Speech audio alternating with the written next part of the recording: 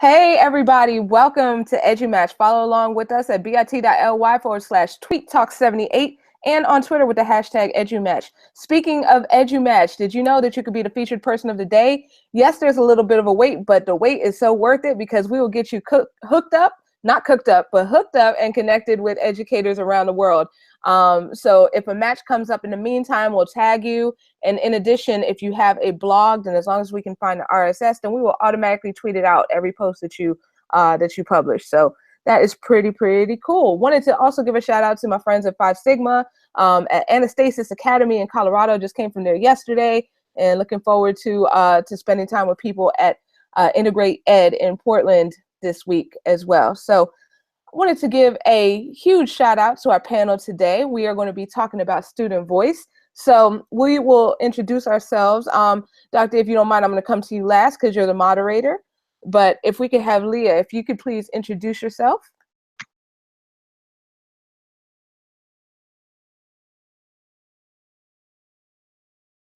Hold on. Sorry. I forgot to double click on it. Whoa, I promise I do technology. I'm Leah Kurtz. I'm a technology trainer for a school district north of Atlanta, Georgia. I'm just excited to talk about student voice. It's one of my favorite things. Awesome. Welcome back, Leah. Great to have you on here. And also welcome back to Lennon. So if you could please introduce yourself.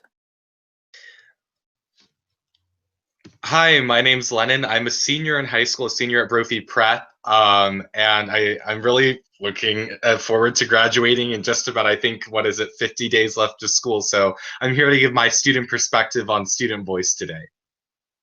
Awesome. So glad to have you back, Lennon. And thank you so much for joining us. And then last and definitely not least, we have our awesome moderator, Dr. Dorian Roberts. So if you could please introduce yourself and then take it away.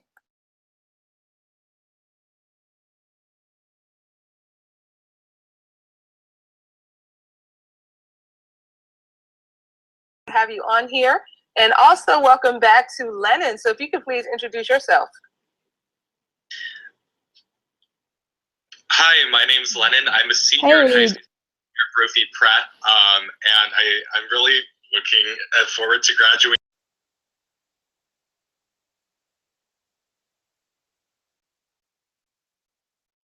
Awesome. So glad to have you back, Lennon. And thank you so much for joining us. And then last and definitely not least, we have our awesome moderator, Dr. Dorian Roberts. So if you could please introduce yourself and then take it away. Okay. Hi, I am Dr. Dorian Roberts. I am Dr. Dorian Roberts. I am here. And also welcome back to Lennon. So if you could please introduce yourself. And I have absolutely no windows open, I swear to God. Hi, my name's Lennon. I'm a senior in high school at Brophy Prep.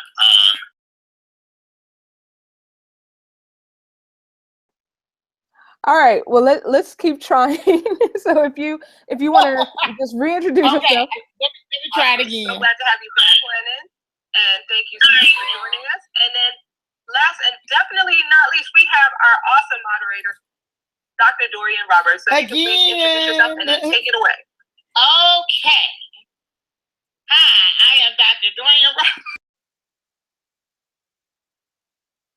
All right, Dr. Maybe if you like hit the mute button on your computer, and then you talk. If it gives you some feedback, then it won't come through if you hit that mute button.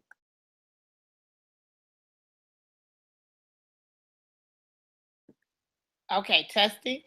All right, well let's keep trying. So if you want to just reintroduce yourself. Let me try it again. So glad to have you back, Lennon, and thank you so much for joining us. And then last and definitely not least, we.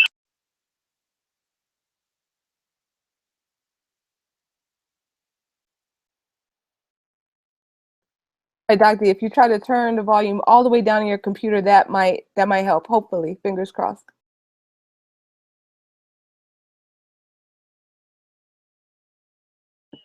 Okay, can you hear me? Okay, I still hear. Okay, I'm gonna try it one more time. I'm Dr. D. Yes, I love technology as well. I'm Dr. D. see.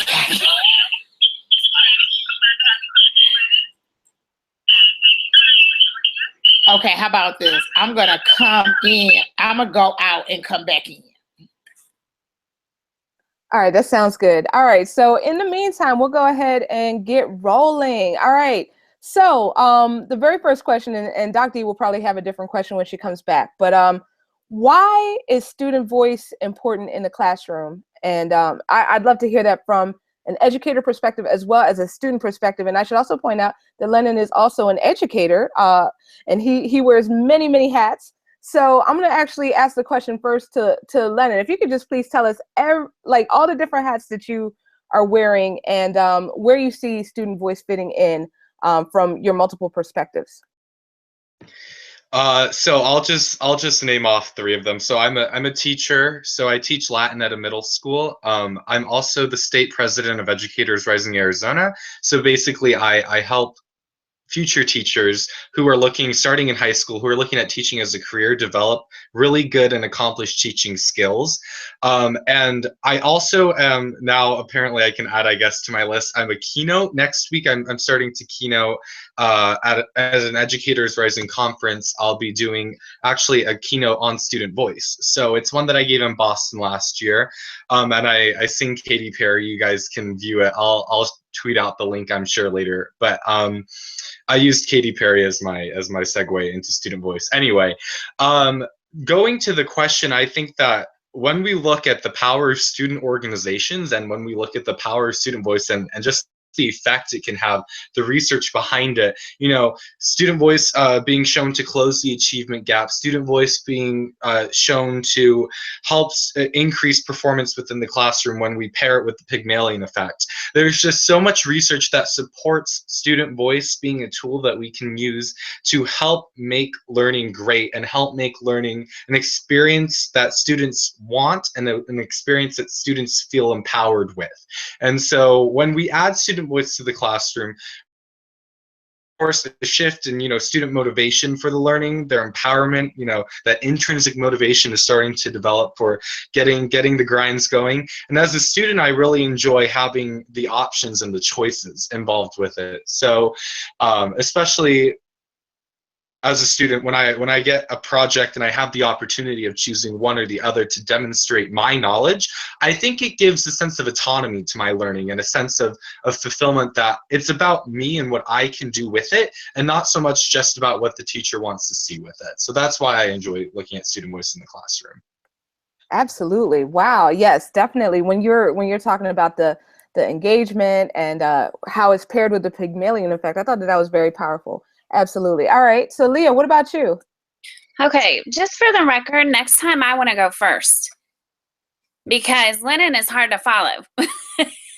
My hat is off to you, or my headband if my hair wouldn't lose its mind. But student voice is definitely something that is really close to my heart. I have 5 kids of my own, and after teaching for over a decade, what you notice as hands-on in the classroom, and like Lennon mentioned, what you see reflected in research as well, is that when students have a voice and when they genuinely feel heard and cared about by their teachers, things change. You see achievement from students who have never achieved before, and they feel like they are part of a community. And I think, Sarah, community is the big thing with me, building a community and giving all students a voice. Recently, what I have really been interested in terms of student voice is I am by nature an introvert. Like, I will need to be quiet for probably the next hour or so to recover from being on for 30 minutes. But what we're starting to see with technology is the ability to give introverts a voice and to give ESOL students a voice. Students who traditionally have not really been able to comfortably speak within a classroom, they still need to be heard. Things like shouted out through Smart 16, things like Mentimeter, one of those free apps where you can throw a question out to students and they have the opportunity to speak to those without the concern of everyone's looking at me and they're thinking about what I'm saying, and that's uncomfortable for some of them. And so really making an effort to open student voice to all students is changing the dynamic of classrooms. Back over to you, Sarah. All right, great. Well, you touched upon something that I was very curious about, how you all would, what kinds of different ways can we allow students to have voices? So you talked about the extroverts and the introverts and the you know, the different strategies. So I was just wondering if y'all could go into like more depth about maybe one strategy that you have really seen work and what it looked like to meet the needs of all different kinds of learners. So we'll start first with you, Leah, as you requested. Because I know Lennon's going to have one that's way better. Recently, like I mentioned, Mentimeter. Mentimeter allows you to do different questions. And if you're not familiar with it, it's phenomenal and it's free. And they did not pay me anything for that, which I feel like I got gypped on that one. But I was working with a teacher and she was having a difficult time with some of her students really feeling comfortable asking questions. I showed her the tool, and as her students were working on a review for a huge AP level practice test in her class, she just threw out on Mentimeter, what do you need help with? And she was able to meet one-on-one with students. And as students were working in their groups, they could ask a question, ask for clarification on something without feeling like, oh, I can't believe I don't know that, I'm going to look stupid, et cetera, et cetera. So that's just one example I've seen recently, and it was one that really rung very true with me, because I was that kid. I still am. I don't like to be, I don't want to be called upon unless I'm trying to beat out Lennon, because I know he's going to outperform me on this one. But just on a day-to-day basis in a classroom, it can be very, very intimidating for a wide variety of students, and really incorporating the technology in to allow them a more anonymous voice. And I know that there are a number of teachers who are concerned about that. Like, well, what if they put something crazy? Well, I think it's all about the relationship you've built with your students in terms of preventing that. And I see Dr. Dorian's back, and it's over to Lennon. All right, awesome. So yeah, we'll pass this question over to Lennon, and then we will come right back to Doc D. And have you ask the next question.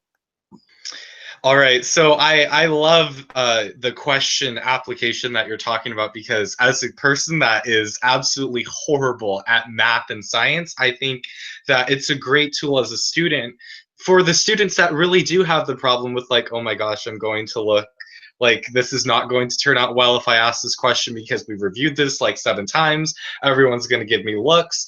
One of the things that I have seen my school start to shift towards, especially with language learning, is a mastery scale. So I think with the mastery scale for grading, it's very easy to get caught up in the subjectiveness sometimes, but there is a student voice element that is added to that, because within our language department, you can retake tests to demonstrate competencies which you were deficient on previously.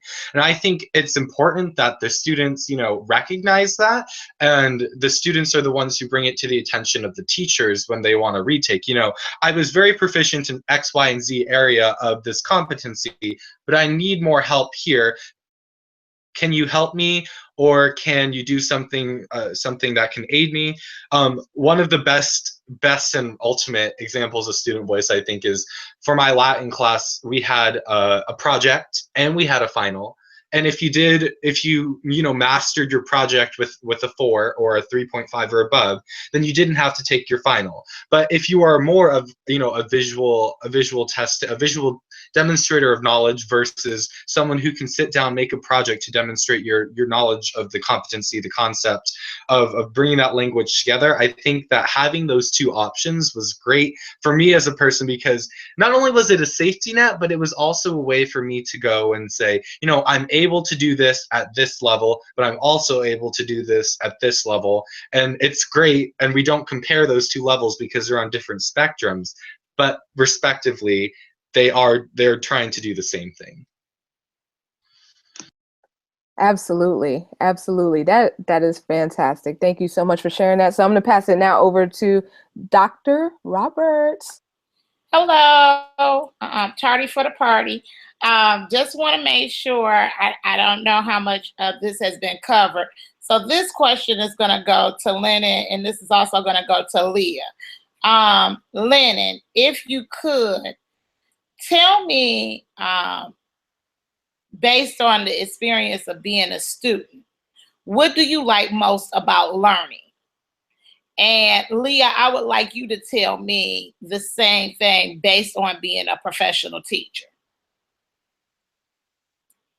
So for learning, I think that the best experience that I have is in the classes where I do the poorest, where I start to make the most strides. So when I'm in a math class, and I struggle so, I'm just horrible at math. But when I start to gain the concepts and start to put in the time and the repetition necessary to be successful in math, and when I start to figure out, you know, the keys to success within that subject area, I think that's when I find the most joy in learning. It's not so much because it's math or because it's science, but the discovery of how I can accomplish something and the discovery of how I'm able to do something, even something that might be difficult to me, is probably the best part of learning that I enjoy. Very good. Very good. And, okay. And what do I enjoy the most from a professional perspective about learning? I am one of those lifelong learners. I know we all are on this conversation. I like to know all the things, all of them. So for me, learning it's magical. It's that moment where everything clicks and you understand how this new knowledge works with the older knowledge that you have, and you see them all connecting and sharing that. Because to me, unless you are actually sharing your learning, then it's like hoarding gold, and you know, there's no purpose to it. That is my favorite part, is putting it all together and then being able to share it and make it mean something to someone else. Okay, thank you very much. And then my next question is, Leah, in your case, well, really Lennon, in your case, what do you think, what advice could you give to teachers or other educators on the best things they should do differently in the students' perception to help engage them and to help them learn?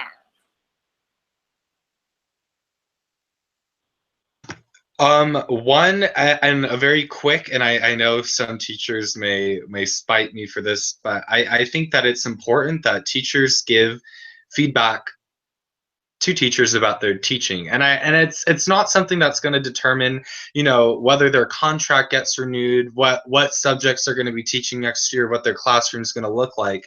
But I think it's important to understand not only what the students walk in with, you know, their cultural backgrounds, their perspectives, their beliefs, their opinions, but tailoring, you know, instructional approaches to what's going to work for them, because in the 21st century, we have so many different approaches to learning and to teaching. And I think, and we talk, you know, one size fits one. We can't figure out a way to, we can't teach one way, and students don't all learn one way. So I think teacher evaluations, although some teachers are like, no, no, no, I can't have that. It's not, it's just a tool for you to see, you know, what areas could I improve on? Are my assessments not reflecting, you know, the assignments or the exercises that I give my students? Are, you know, my activities engaging? What could I change about my activities to make them more engaging, or to make them reflect what standards or competencies I want my students to walk out with? Just the little things that we end up seeing, just the little things that we end up, you know, in our day-to-day lives not realizing as teachers, or teachers don't realize, but the things that really matter at the end of the day in education. And Leah, for you, what, based on how long you've been in education, what do you think, as your professional development and learning has grown, what do you think you would have done differently from the beginning of your career as opposed to now? Ooh, that's a good one. All right. That's a really challenging one. Woo, Dr. Dorian. I think that as I have grown as a teacher, as a learner, as a trainer, what has really become clear to me over the course of the years is how absolutely crucial developing a community is. And I don't think, even though I thought I did the first couple of years, I don't think I truly understood the massive impact that community and that rapport has. And it all comes back around to student voice, that when students feel like they have a say and that someone is listening to them and cares about them, they perform. And I believed that, but I don't think, best way I can say it is, I don't think I felt it in my soul early. And the more time that I have spent teaching and leading and learning and training, the more that it is a part of me.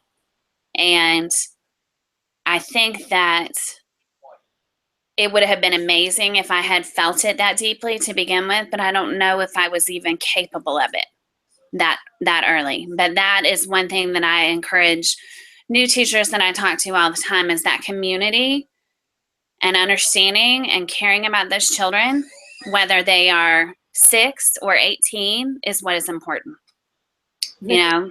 Very good, very good. I think if I was posed the same question at teacher colleges and teacher prep programs, I don't think that we're so focused on learning and being able to deliver the content that we do not take into consideration how the meaningfulness of the content and the student voice incorporated with the content.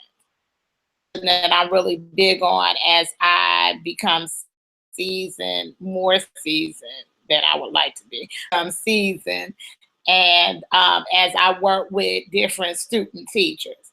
My last question is for the both of you. What do you feel motivates you and other students to motivate them to learn? What's that motivation and engagement key? And I don't want the get them engaged by being hands-on. What is the motivation key that you feel will push education into students having more academic success?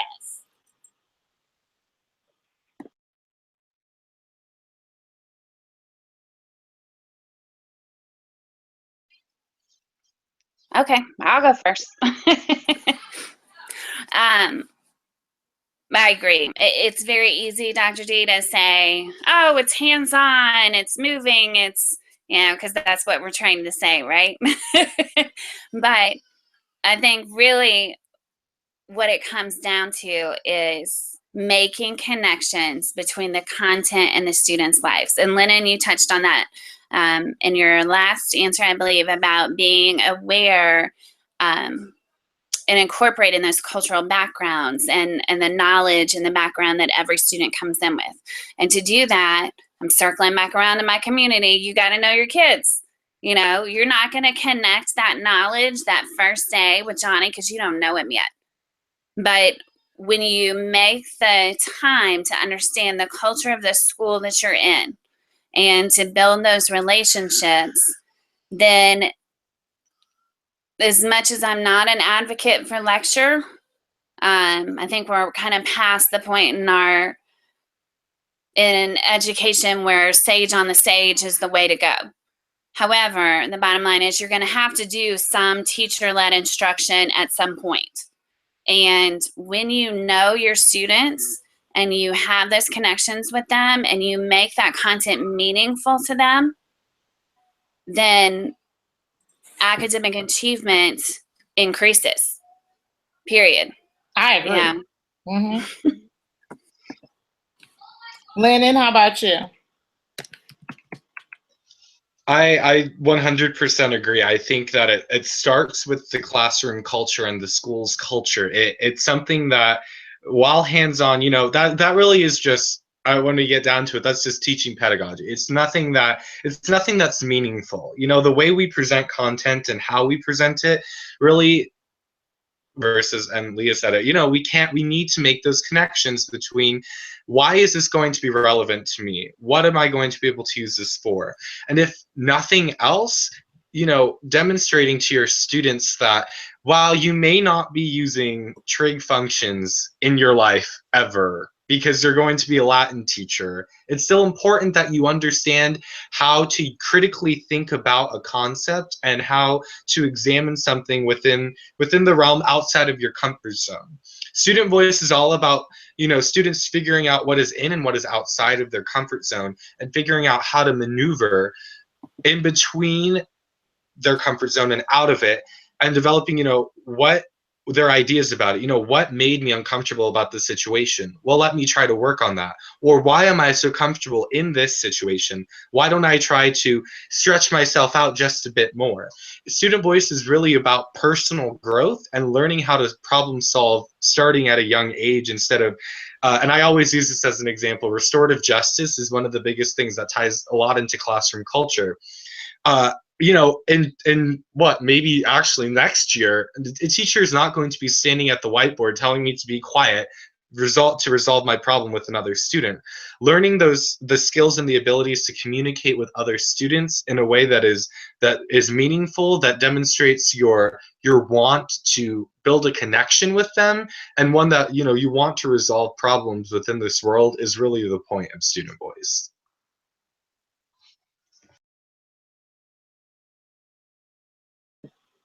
All right, Sarah, that concludes all my questions. I want to thank everybody for being, number one, patient with me as I go through my technical difficulty. Lennon, you are definitely a force to be reckoned with. I'm looking forward to following your future. And Leah, it's a pleasure as always. You are definitely the sunshine that everybody wishes and hopes for in education. Back to you, Sarah. All right. Well, I wanted to thank you all so much for this awesome conversation. So thank you very much, Leah and Lennon. That was great. And Doc D, as always, just phenomenal job moderating. So thank you so much for that. So definitely wanted to remind everyone that the Twitter chat will be, the Twitter chat archive will be put out in about a couple minutes, and the show will be available as an iTunes podcast within the next few months. So at 7 o'clock today, we are going to have a back-to-back episode with the Google Educator, the Google Innovation Academy. So the Google Innovation Program is coming on 7 p.m. We're going to be chatting with Wendy, and we're also going to be talking with some EduMatch Google innovators and talk more about the program and the process. And next week, we are going to be talking about recruiting high school students into teaching. So hopefully we'll see Lennon again. Yes, absolutely. All right. So that's my area, so I'll be there. Yes. All right. Excited to chat with you again next week as well. Is anyone else who wants to join us on panel? You could sign up at tinyurl.com/edumatch sign up. And just wanted to give a quick shout out to EdChange Global Classrooms coming up at the end of the month. So February 28th and 29th. So check them out, EdChange Global Classrooms. All right. So that's a wrap for our 6 p.m. episode. So hope to see y'all in half an hour, and have a fantastic weekend or week. Bye everybody.